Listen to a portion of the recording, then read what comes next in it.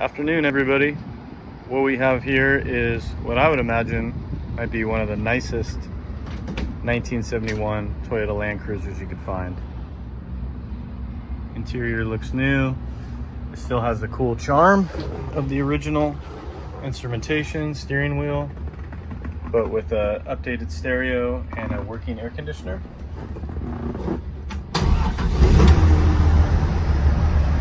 Car starts right up, revs freely.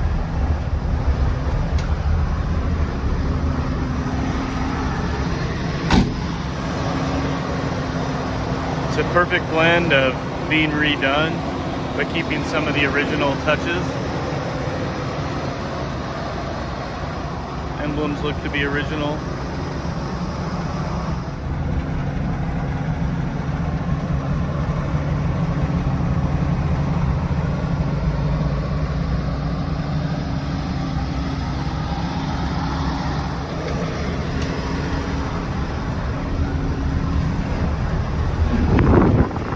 With working AC.